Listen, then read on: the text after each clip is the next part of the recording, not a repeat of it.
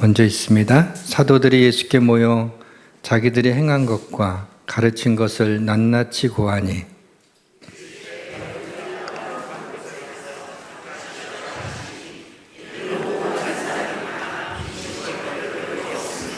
이에 배를 타고 따로 한적한 곳에 갈새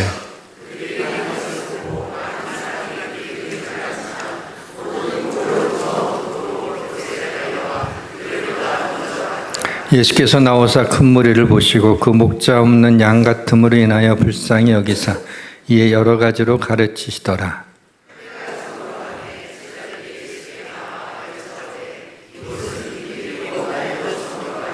무리를 보내어 두루 촌과 마을로 가서 무엇을 사 먹게 하옵소서.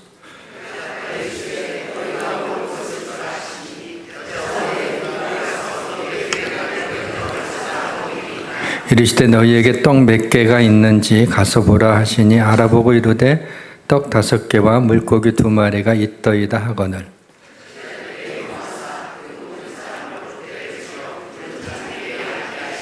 때로 100명씩 또는 50명씩 앉은지라.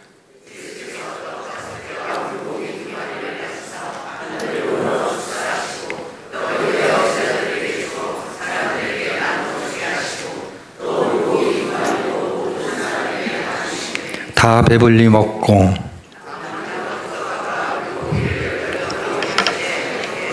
같이 있습니다. 떡을 먹은 남자는 5,000명이었더라. 아멘.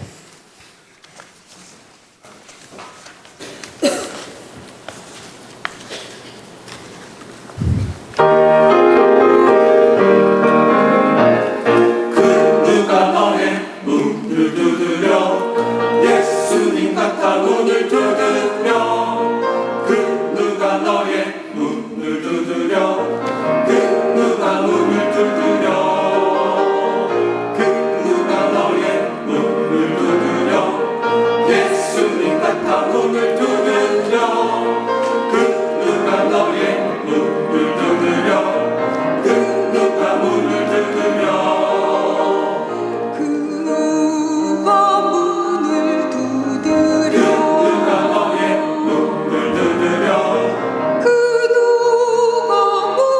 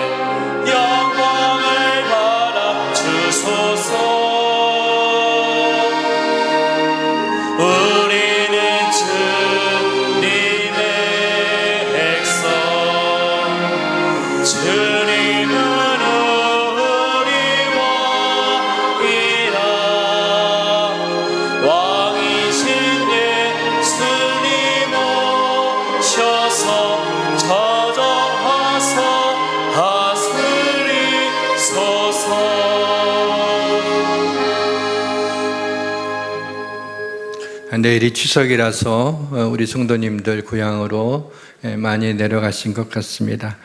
아무쪼록 사고 없이 즐겁게 다녀오셨으면 좋겠습니다. 추석 연휴라고 하지만 황금 연휴라는 말이 더 어울릴 정도로 해외로 여행하시는 분들도 많은데, 이 와중에 주일에 하나님 앞에 나와 예배드리는 것을 마땅한 것으로 생각하고 예배 자리에 나오신 우리 주의 백성들을 주님의 이름으로 축복합니다. 명절이라서 가능하면 좀 말씀을 짧게 전하려고 하는데 될지는 모르겠습니다. 말씀으로 축복하면서 말씀의 문을 좀 열고자 합니다. 너희 조상의 하나님 여호와께서 너희를 현재보다 1000배나 많게 하시며 너희에게 허락하신 것 같이 너희에게 복 주시기를 원하노라. 하나님의 말씀입니다. 추석은 풍성한 절기이고 맛있는 것도 많이 먹을 수 있는 명절입니다. 그래서 오늘 말씀의 제목도 좀 그것하고 어울리게 다 배불리 먹고로 정해보았습니다. 오늘 본문이 기록된 이 오병이어의 기적은 사복음서, 마태복음, 마가복음, 누가복음, 요한복음에 다 기록이 될 정도로 중요한 말씀이고, 이 이적의 이야기를 알지 못하는 그리스도인들은 거의 없습니다. 근데 제 기억에는 오병이어의 이 이적에 대해서 다른 본문의 설교를 하면서 인용한 적은 여러 번 있었던 것 같은데, 정작 오늘 본문으로 설교한 기억이 없어서 지난 한 주간 오늘 본문을 붙잡고 씨름을 했습니다. 이 시간 사복음서에 기록된 그 오병이어의 이 이적의 내용을 합해서 좀 스크린해서 말씀을 드린 후에 오늘 하나님께서 우리에게 주시는 말씀이 무엇인가 생각해 보려고 합니다. 성령님의 깨닫게 하심과 도우심과 은혜를 구합니다.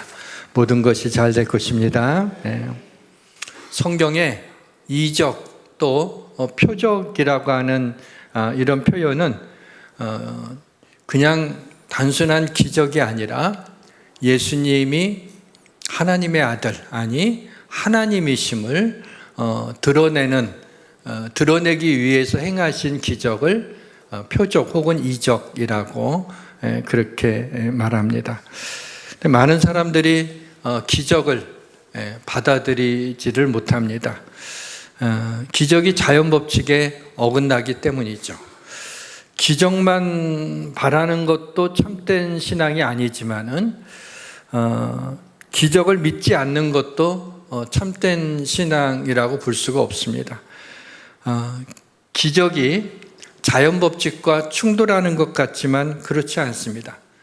하나님은 만물을 지으시고 자연 법칙에 따라 이 모든 것을 운행하시도록 하셨지만은 또한 하나님은 그 자연 법칙 속에 하나님이 행하시고자 하시는 어떤 목적과 그 일들을 통해서 때때로 놀라운 기적들을 이 땅에서 베푸시는 것을 볼 수가 있습니다. 하나님은 기적도 사용하시고 자연 법칙도 하나님이 운행하십니다. 하나님은 자연 법칙을 통해 만물을 다스리지만 이렇게 기적을 일으키시는데, 기적은 자연 법칙을 깨뜨리는 것이 아니라 자연 법칙 속에 초자연적인 기적이 개입을 하는 것입니다. 가끔 그러한 일들이 일어나게 되죠. 오늘 우리는 이 오병이어의 사건은 어떻게 보면 단체 급식 사건이라고도 볼 수 있는데, 오병이어의 이 이적 이야기를 통해서 우리에게 말씀하시고자 하시는 하나님의 음성을 듣기를 원합니다. 우둔한 종에게 성령의 두루마리를 입혀주시고 사랑하는 성도님들의 마음에 성령의 역사하심으로 하나님의 세미한 음성이 들려지기를 주님의 이름으로 축원합니다. 6월절이 가까웠을 때였습니다. 예수님과 사도들은 음식을 먹을 겨를이 없었습니다. 그래서 예수님 제자들한테 따로 한적한 곳에 가서 좀 쉬어라라는 말씀을 하시죠. 예수님의 인간적인 면모를 볼 수 있는 장면입니다. 예수님과 제자들이 좀 쉬려고 갈릴리 호수 건너편에 배를 타고 가는데 예수님을 따랐던 그 사람들이 그것을 보고 이제 배가 없으니까 배를 타고 같이 갈 수는 없지만은 갈릴리 호수니까는 갈릴리 호숫가를 따라서 사람들이 뛰기 시작을 합니다. 거기에서. 그래서 본문 33절에 보면 모든 고을로부터 도보로 그곳에 달려와 그들보다 먼저 갔더라. 그러니까 도보로 걸어서, 그런데 그냥 걷는 게 아니라 달려가라, 뛴 거죠. 그러면서 그 갈릴리 그 호숫가에 있는 다른 마을들의 사람들이 막 뛰어가니까 도대체 어딜 뛰어가느냐? 그러니까 예수님이 그곳 벳세다라는 곳에 가신다 말이야. 그 얘기를 듣고 사람들이 점점 많아지게 된 거예요. 가면서 그 마을마다 사람들이 또 당시 예수님은 많이 알려진, 예수님에게 나아가기만 하면 병을 고친다고 하는 게 굉장히 퍼져 있었던 그런 때였으니까 사람들이 다 더 많이 가서 그곳에 예수님보다도 먼저 도착을 했어요. 얼마나 간절했으면 이들이 그 말씀을 듣기 위해서 뛰어갈까? 여러분, 교회 한 번이라도 나올 때 좀 뛰어온 적이 있습니까? 말씀을 듣고 싶어서 뛰어서, 참 그러면은 참 얼마나 은혜가 될까라는 생각도 했습니다. 그만큼 사람들이 자신의 병을 고치고 싶었고 그만큼 하나님 나라의 이야기를 듣고 싶었습니다. 주님을 향한 이런 간절한 마음은 기적을 일으키는 땔감이 되는 거죠. 근데 예수님이 이제 도착을 했을 때 많은 무리들이 이미 와서 베스다에 와서 예수님을 기다리고 있는 걸 보시면서 이런 표현을 하죠. 목자 없는 양으로 인하여, 양 같음으로 인하여 불쌍히 여기사. 그들을 보고 불쌍히 여기셨어요. 목자 없는 양 같다. 불쌍히 여긴다는 것은 창자가 끊어지는 아픔이다라는 뜻입니다. 예수님은 그 무리들을 보시고 그 정말 곤고한 삶과 굶주린 영혼들을 보면서 마음이 아프셨습니다. 그래서 병자를 고쳐주시고 이제 하나님 나라의 이야기를 하기 시작을 합니다. 그러다 보니까 시간 가는 줄 모르게 많은 사람들이 집중해서 듣느라고 어느덧 날이 저물게 되었습니다. 그러다 이제 제자들이 좀 걱정이 돼서 예수님 때 이걸 빈들이니까 무리들이 마을로 가서 무엇을 좀 사 먹게 해달라고, 여기에 있으면 너무 배고플 것 같다고 하고 제자들이 그 상황을 얘기합니다. 근데 이때 예수님으로부터 제자들이 뜻밖의 말을 듣게 됩니다. 뭐라고 예수님 말씀하셨냐면 갈 것 없다. 너희가 먹을 것을 주라 그랬어요. 좀 뜬금없지 않습니까? 아니, 어떻게 제자들이 그 무리들에게 먹을 것을 뭘 가지고 줄 수가 있겠습니까? 그러니까 계산이 빠른 빌립이 예수님이 하신 말씀을 듣고 나서서 얘기합니다. 각 사람으로 조금씩 받게 해도 200데나리온어치의 떡이 부족합니다. 200데나리온은 한 데나리온이 당시 노동자의 품삯이니까 아마 오늘날 가치로 한다면 한 2, 3천만 원 정도 되지 않을까. 그 돈이 필요하다는 얘기죠. 예수님은 제자들에게 먹을 것을 구해오라고 얘기를 하십니다. 그래서 제자들이 흩어져서 예수님이 가져오라고 하니까 먹을 게 있냐고. 아마 도시락 싸온 사람도 있었을 거예요. 이제 배고플까봐. 근데 그거 내놓으면 자기는 어떻게 굶어야 되잖아. 그러니까 아무도, 어른들은 내놓지 않죠. 계산이 바삭하니까. 근데 한 작은 아이가 먹을 게 있냐 네 하고 자기가 싸온 물고기 2마리하고 보리떡 5덩어리를 내는 거죠. 그래서 안드레가 이걸 가지고 예수님한테 와서 이것이 이 많은 사람들에게 얼마나 되겠사옵나이까 그래요. 그게 뭐냐면 이거 가지고 누구 코에 붙이라고 주님, 근데 아무튼 가져오라니까 가져왔습니다. 그랬더니 주님이 그걸 4개로 가져오라. 이제 그렇게 말씀을 하시고 보니까 그 도시락은 보리떡 5덩어리와 물고기 2마리였죠. 당시 유대에서 부자들은 밀떡을 먹었습니다. 밀로 된 떡을 먹었는데 가난한 사람들이 많았거든요. 그 당시에 1세기에는 온 세계가 다 가난했을 때예요. 그 가난한데 그 사람들은 주로 보리떡을 먹었습니다. 또 아이의 도시락이니까 보리떡도 크게 싸진 않았겠죠. 조그맣게 아이에게 먹게 5덩어리가 들어가 있었어요. 갈릴리 주변에 있는 사람들이 거기 대부분이었습니다. 이들은 가난한 어부들이에요. 그래서 물고기를 잡는데 호숫가에서 좀 큰 것들은 상품 가치가 있으니까 그것은 내다 팔아야 되겠죠. 그리고 아주 작은 물고기들, 가치가 없는, 갈릴리에 그 정어리가 많이, 어획량이 한 50%는 정어리들인데 작은 정어리 같은, 그거는 팔 수가 없는, 그래서 집에서 소금으로 염장을 해가지고 두고두고 이제 반찬으로 먹는 겁니다. 보리떡만 들어가면 이렇게 좀 텁텁하니까는 염장된 작은 물고기를 이렇게 먹으면서 반찬 삼아 그렇게 먹었던 것이죠. 근데 예수님이 거기에 50명씩 그리고 100명씩 이렇게 앉을 수 있도록 합니다. 이때 남자만 5,000명이라고 했으니까 여자와 아이들까지 합하면 15,000에서 한 2만 명 정도는 되지 않나 생각합니다. 예수님의 손 위에 보잘것없는 떡 5덩어리와 물고기 2마리를 놓고 그걸 가지고 하늘을 우러러 축사합니다. 손을 높이 들고 하늘을 하나님께 축사하는 감사기도거든요.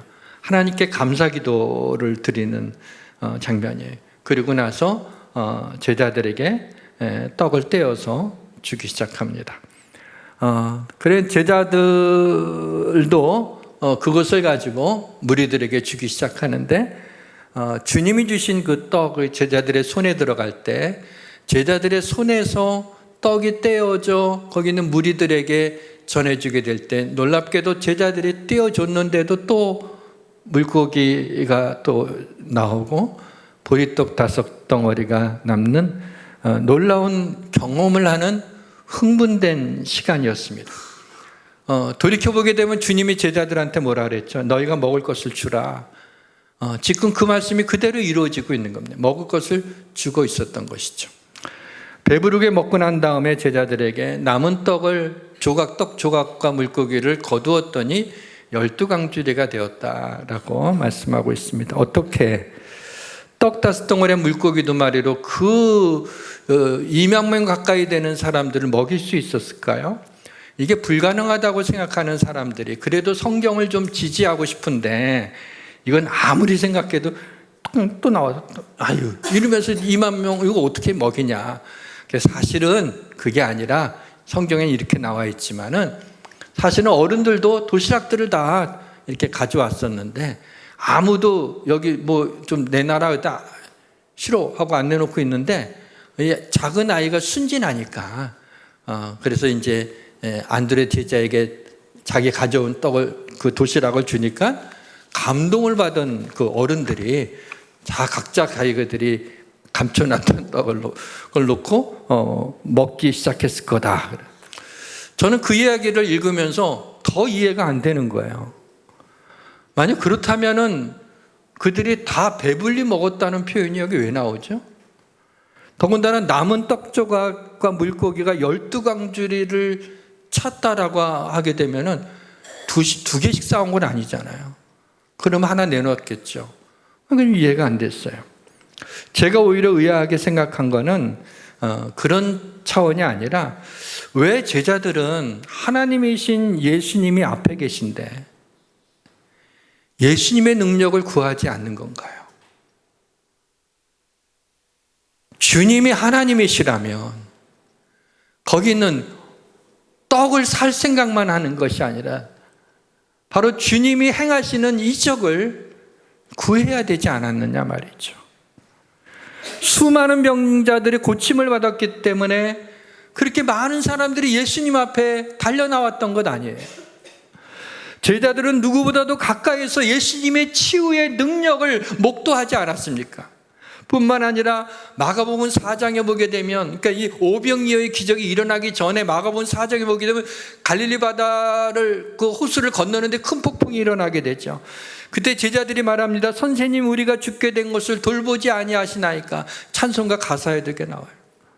그럴 때 예수님이 바다를 향해서 잠잠하라 고요하라 하시니 바람이 그치고 아주 잔잔하여 진지라. 그것을 제자들이 그 자그마한 배에 앉아서 주님이 하시는 말씀에 바다도 이분이 누구시기에 바람과 바다가 순종하는 거 하면서 놀랬잖아요. 주님의 예수 그리스도가 얼마나 놀라우신 그 어떤 능력을 갖고 그분이 하나님이시라는 것을 알고 있음에도 막상 이와 같은 상황에서 왜 주님의 행하시는 놀라운 일들을 구하지 않았느냐 말이죠. 사랑하는 성도 여러분, 우리에게 말 못할 어려움이 있습니까? 왜 이렇게 마음이 힘들고 낙심이 됩니까? 나의 반석이요, 나의 산성이요, 나의 피난처 되신 하나님께서 내가 당하고 있는 어려움에서 나를 건져주지 못하시겠습니까? 우리에게 근심이 있습니까? 왜 근심과 걱정과 염려가 있을 수 있지만 그것을 계속해서 내 마음과 생각에 머물도록 허락하시는 겁니까? 아무것도 염려하지 말고 오직 모든 일에 기도와 간구로 너희 구할 것 하나님 앞에 아뢰라. 그리하면 모든 지각에 뛰어난 하나님의 평강이 너희의 마음과 생각을 지켜주시리라 라고 약속하지 않으셨습니까? 광야의 올빼미 같고 황폐한 곳에 부엉이 같으며 지붕 위에 외로운 참새 같은 분들이 있습니까? 당신만 그런 것 아닙니다. 인생은 그렇습니다. 그러나 기억하십시오. 그러한 인생의 하나님은 인자와 긍휼로 관을 씌우시며 좋은 것으로 소원을 만족케 하사 독수리같이 새롭게 하시는 분이심을 믿으시기를 바랍니다. 이러한 하나님을 송축하십시오. 내 영혼아 여호와를 송축하라. 내 속에 있는 것들아 다 그의 거룩한 이름을 송축하라. 내 영혼아 여호와를 송축하며 그 모든 은택을 잊지 말지어다. 염려가 들어올 때 여호와 하나님을 송축하시기를 바랍니다. 우리의 마음이 불안하고 두려울 때 하나님을 찬양하시기를 바랍니다. 내 영혼아 여호와를 송축하라. 그 모든 은택을 잊지 말지어다. 찬양하게 될 적에 우리의 마음의 모든 어두운 그림자들이 물러가고 악한 영이 떠나가고 주의 성령의 감동으로 우리에게 큰 힘과 은혜를 주실 줄 믿으시기를 바랍니다. 사랑하는 성도 여러분, 여호와 하나님을 송축할 때 우리의 우울감과 외로움과 깊은 마음의 상처가 치유받았음을 믿으시길 주님의 이름으로 축원합니다. 하나님은 예수님의 손 위에 들려졌던 떡 5덩어리와 물고기 2마리로 5,000명을 먹이신 이 오병이어의 기적을 하이라이트하기 위해서 구약에 이러한 일이 일어날 것을 예표하는 이야기가 하나 있습니다. 몇 가지가 되는데 오늘 하나만 말씀드릴게요. 열왕기상 17장에 보시게 되면 심한 가문을 겪고 있는 사르밧에 사는 과부가 통에 있는 가루 한 움큼과 병에 있는 기름 조금이 있었습니다. 그리고 이제 아들과 함께 통에 가루에 한 움큼이니까 이거하고 기름을 하고 해서 한 끼 식사가 되는 거예요. 그래서 이제 너무 오랫동안 가뭄이 들어서 이제 더 어디 구할 데도 없는, 이거 먹고 죽으려고. 참 이게 얼마나 좀 비극적인 상황인지 몰라요. 마지막에 떡을 먹고 죽으려고 이제 나뭇가지를 갖다가 주워다가 거기에 불 피워서 이제 먹으려고 했는데 엘리야 선지자가 나타났죠. 왜냐하면 하나님이 그리시나가에서 엘리야 선지자에게 사르밧으로 가라 그랬잖아요. 누구를 만나게 될 거다. 딱 보니까 한 여인이 나뭇가지 이렇게 하는 걸 보고 그게 눈에 들어왔어요. 그 여인한테 가서 얘기합니다. 먼저 나를 위해 작은 떡 1개를 만들어 내게로 가져오고 그 후에 너와 네 아들을 위하여 만들라. 그러면 하나님의 여호와의 말씀이 나 여호와가 비를 지면에 내리는 날까지 그 통의 가루가 떨어지지 아니하고 그 병의 기름이 없어지지 아니하리라. 그런 말을 한 거예요. 느닷없이. 그 차림새를 볼 때 이방 여인이었지만 이 사람이 하나님의 선지자라는 것을 알게 되었던 이 사르밧 과부가 이제는 선택을 해야 돼요. 아무리 선지자라도 이게 너무했다. 아들과 함께 마지막 떡을 만들어 먹고 죽으려고 하는 불쌍한 나에게 먼저 자기를 위해 떡을 만들어 가지고 오라니. 그러고 나서 먹으라고? 이럴 수가. 아마 이랬으면은 아무 일도 일어나지 않았을 거예요. 그냥 먹고 가셨을 거예요. 그런데 이 과부는 엘리야 선지자의 다음 말에 귀를 기울였죠. 작은 떡 1개를 만들어 4개로 가져오고 거기에 꽂힌 게 아니라 그 후에 너와 네 아들을 위하여 만들라. 비를 지면에 다시 내리기까지 통의 가루가 없어지지 않고 병의 기름이 떨어지지 아니하리라. 하나님이 그렇게 말씀하셨다라고 얘기했습니다. 이때 이 사르밧 여인이 그것을 택했어요. 하나님의 말씀을 택했어요. 이게 나의 전부지만 이거 먹고 끝나는 게 아니라 선지자를 통해 주신 말씀을 믿었던 거죠. 이때 기적이 일어났습니다. 열왕기상 17장 15절과 16절 말씀을 우리 한번 같이 읽도록 하겠습니다. 함께 있습니다. 그가 가서 엘리야의 말대로 하였더니 그와 엘리야와 그의 식구가 여러 날 먹었으나 여호와께서 엘리야를 통하여 하신 말씀같이 통의 가루가 떨어지지 아니하고 병의 기름이 없어지지 아니하리라. 아멘. 저는 이 사르밧 과부가 다시 그 땅에 사르밧에 비가 오기까지 얼마인지는 모르겠지만 그 기간 동안 얼마나 기뻤을까. 여러분, 통의 가루가 다 긁어서 먹었는데 또 생기고 또 생기고 또 생겨서 기쁜 게 아니라 병의 기름을 병에서 따랐는데 병에 또 기름이 생기고 따랐는데 또 기름이 생기고 이때는 아멘 아멘 하는 거예요. 이렇게. 부흥사들은 그렇게 하죠. 근데 그렇게 할 필요는 없어요. 이렇게 따르면 또 생기고. 자, 그렇게 됐을 때 통의 가루와 기름 때문에 기뻐했을까요?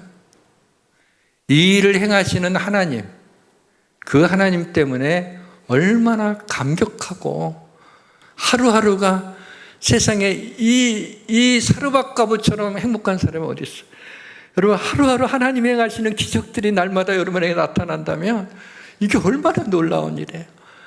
어떻게 보면 세상에서 가장 불쌍한 여인이 될 수 있었던 그 여인에게 하나님의 말씀을 받아들이는 순간에 세상에서 가장 행복한, 가장 해피한 그와 같은 여인으로 변하고 그 후에 얼마나 삶이 축복되었을까, 그런 생각을 해보게 됩니다.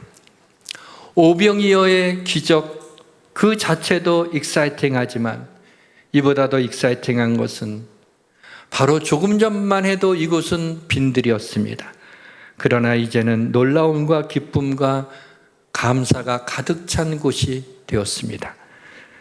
이곳은 조금 전까지만 해도 가난하고 배고픈 무리들이 모여있는 곳이었지만 이제 이곳에 있는 사람들이 다 배불리 먹고 남은 것이 12강줄이가 될 정도의 풍성한 곳이 되었습니다. 제 눈길을 끄는 말씀이 있었습니다. 이게 오늘 말씀의 제목이기도 하죠. 다 배불리 먹고. 이게 4개의 복음서에 다 나오는 거예요. 어떻게 보게 되면 그리 중요한 말씀이 아니라 그냥 먹이신 것이, 그 이적이 일어난 것이 놀랍잖아요. 그래서 사람들이 그걸 다 먹었다라는 표현으로 쓸 수 있을 것 같은데, 마태복음에는 다 배불리 먹고, 마가복음에도 다 배불리 먹고, 누가복음은 조금 바꿔서 먹고 다 배불렀더라. 그리고 요한복음에는 그들이 배부른 후에, 배부르다는 표현을 4개의 복음서가 다 기록하고 있다는 거예요. 그래서 이게 보통 일이 아니다, 이거. 그래서 그 제목을 제가 잡은 거죠. 그러면 주님의 손에 들려있던 이 보리떡과 물고기를 축사하시고 떼어준 이 보리떡과 이 물고기는 분명 더 이상 이 아이가 주님께 바쳤던 그 작은 5덩어리의 보리떡과 작은 생선 2마리가 아니었을 거라는 그런 생각, 그런 상상이 되더라고요. 그러면서 떠오르는 것이 주님이 제일 처음 이적을 베푸신 게 가나의 혼인잔치에서. 주님은 물이 포도주가 되게 하시는데 그 포도주는 연회장이 맛보고 이렇게 좋은 포도주가 어디에 있냐 하면서 놀라는 장면이 나오죠. 여러분, 주님의 손에서 나오는 것들은 놀라운 질이 뛰어납니다. Made in God이니까. Made in Jesus, Made in Heaven. 그러니까 Made in Italy, Made in America, USA 아무것도 아니에요. 주님의 손에서부터 나오는 것은 이렇게 놀라운 거라고 생각해요. 제가 그렇게 생각하게 된 것은 뭐냐면 여러분, 배고플 때 시장의 반찬이라고 좀 맛이 없더라도 배고플 때는 뭐든지 맛있어요. 근데 어느 정도 좀 배가 찬 다음에는 어떻게 돼요? 배부르게 먹을 때는 언제죠? 이 갈비찜을 계속 아까워서 이거 너무 맛있으니까 더 먹고 배가 부른 거 아니에요. 조금 먹어야 되는데도 불구하고. 그렇다면 거기에 있는 가난한 어부들이었어요. 그들이 싸운 것도 거의 다 보리떡이었어요. 그리고 팔지 못하는 작은 염장된 소금이어서 짜짓단 그러한 거란 말이죠. 그러니까 이들이 그걸로 배부르게 먹지는, 그만큼 양도 없었지만은 주님은 양만 많아지게 한 게 아니라 질도 좋아지게 하셨어요. 주님의 손에서 나오는 것들은 가장 좋은 것들이다. 그래서 다 배불리 먹었다라는 것을 그래서 강조하지 않았을까. 물론 제 생각이지만은 분명히 그것은 나누어질 사람들이 받았을 때는 그렇게 놀랍게 변화된 것이다라는 생각이 듭니다. 그리고 이것이 한 어린아이의 손에 있을 때에는 아무것도 아니었지만은 이게 주님의 손에 들려지게 될 때에는 이것이 만여 명을 먹일 수 있는 그런 놀라운 역사가 일어나게 되었습니다. 주님이 하늘으로 축사할 때, 감사 기도를 할 때 기적이 일어났습니다.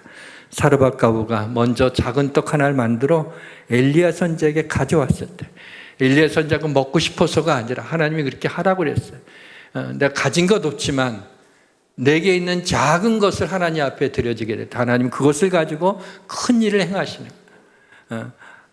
행하시는 것을 우리가 볼 수가 있습니다. 사랑하는 성도 여러분, 간절히 원하는 것이 있습니까? 여러분, 자식의 앞날이 축복을 받았으면 좋겠습니까? 그렇다면 자녀를 주님의 손에 맡기시기를 바랍니다. 주님의 손에 자녀가 들려올 때 주님은 우리 자녀들에게 하늘의 이슬과 같은 은혜와 땅에 저장된 것과 같은 복을 내려주실 줄 믿으시기를 바랍니다. 병이 치유받기를 원하십니까? 나의 연약한 육신을 주님의 손에 의탁하십시오. 여호와 라파, 치유하시는 하나님의 능력이, 하나님의 긍휼하심을 구하시기를 바랍니다. 내 모든 어떤 질병도 고쳐주실 수 있음을 믿으시기를 바랍니다. 물질의 복을 받고 싶습니까? 적은 물질이지만 주님의 손에 올려드리십시오. 약속한 것이 있다면 지키시고 물질보다 주님을 더 사랑한다는 고백을 하십시오.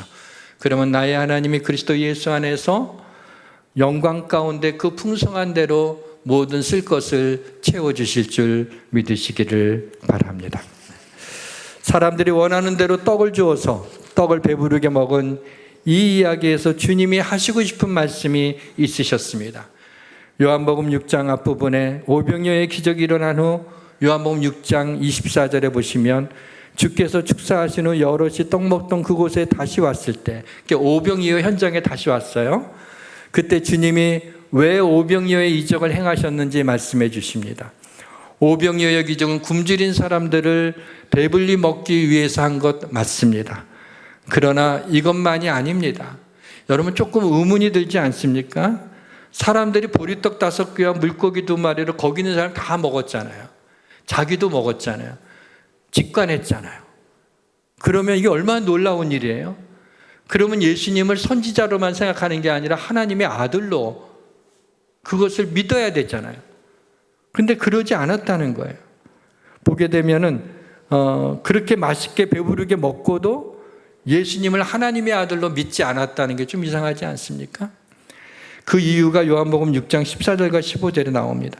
그 사람들이 예수님께서 행하신 이 표적을 보고 말하되 이는 참으로 세상에 오실 그 선지자라 하더라. 그러므로 예수께서 그들이 와서 자기를 억지로 붙들어 임금으로 삼으는 줄 아시고 다시 혼자 산으로 떠나가시니라. 기적을 통해 배부름을 경험한 사람들은 예수님을 억지로 붙들어 임금으로 삼으려고 했어요. 예수님이 우리 왕이 되면 우리가 날마다 기적으로 배부를 수 있다고 생각을 한 거예요. 무리들이 원한 건 예수 그리스도가 아니라 배부름이었습니다. 무리들이 원하는 것은 예수 그리스도가 아니라 병고침이었습니다. 그래서 예수님이 요한복음 6장 36절에서 내가 너희에게 이르기를 너희는 나를 보고도 믿지 아니하는도다 라고 말씀하십니다. 예수님이 말씀하고 싶었던 것은 요한복음 6장 35절입니다. 나는 생명의 떡이니 내게 오는 자는 결코 줄이지 아니할 터이요 나를 믿는 자는 영원히 목마르지 아니하리라. 내가 하늘에서 내려온 살아있는 떡이다. 산 떡이다. 그것을 알려주기 위해서 보리떡을 그렇게 만들어 사람들을 먹이신 것입니다. 빈들의 기적이 일어났습니다. 배부름과 만족과 감사와 기쁨이 넘치는 곳이 되었습니다. 주님은 아이가 가져온 보리떡 5과 물고기 2마리를 가지고 놀라운 일을 행하셨습니다. 우리도 이 땅에 살면서 비록 부족하지만 때로, 아니 일생에 한 번만이라도 이 아이와 같이 하나님이 사용하실 수 있는 그런 성도가 되었으면 좋겠습니다. 아무리 작은 것이라도 주님의 손에 들려지면 기적이 일어납니다. 무엇을 주님의 손에 올려드릴까요? 그것이 무엇이든 상상치 못할 축복으로 임할 것입니다. 사랑하는 성도 여러분, 눈앞에 큰 산과 같은 어려움이 있습니까? 너무 마음이 상하고 괴롭지는 않습니까? 근심과 염려가 머리를 떠나지 않습니까? 우리에게 오병이어의 기적을 행하실 능력의 주님이 계시지 않습니까? 주님이 하시면 못하실 일이 없지 않습니까? 능력의 주님께 무엇이든 구하시기를 바랍니다. 찬양합시다. 날이 저물어 갈 때 주님, 내 인생에 오병이어의 기적이 일어나게